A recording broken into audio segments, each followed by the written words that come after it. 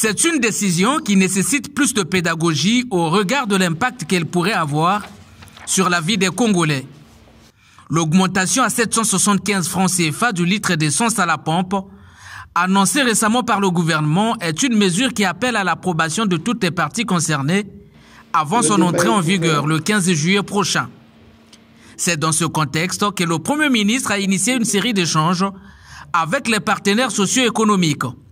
Ce 4 juillet, le tour était revenu aux responsables des organisations de la société civile et la force publique d'être entretenus par Anatole Coliné Makosso.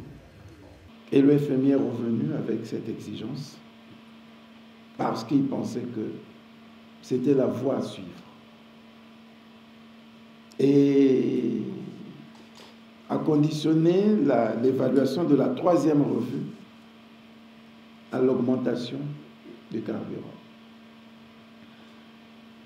10-15% pour l'essence, 10-15% pour le gasoil en juin-juillet et 10-15% pour l'essence, 10-15% pour le gasoil en novembre-décembre pour que, au plus tard, le 31 décembre, nous ayons réussi l'augmentation de 30% qui était prévue dans le programme. Sans quoi, nous ne pouvons pas passer la troisième revue et sans quoi, nous suspendons le programme. Le passage du Congo à la troisième revue de facilité élargie de crédit, dans le cadre de l'accord qui le lie au Fonds monétaire international, est conditionné par l'augmentation à 65% du prix de carburant. Une mesure qui s'exécute au fur et à mesure, mais pas sans conséquences.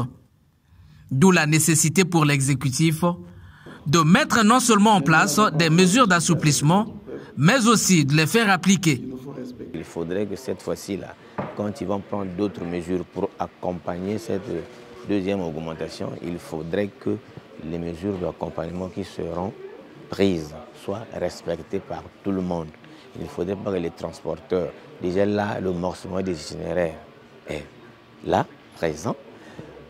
Au fini, c'est la population qui souffre. Donc il faut alléger les souffrances de la population en fixant. Parce que jusqu'à aujourd'hui, déjà quand on parle du prix du transport, la course de taxi c'était 700, le bus 150, mais il faudrait que le gouvernement prenne un texte pour fixer les prix du taxi et du bus.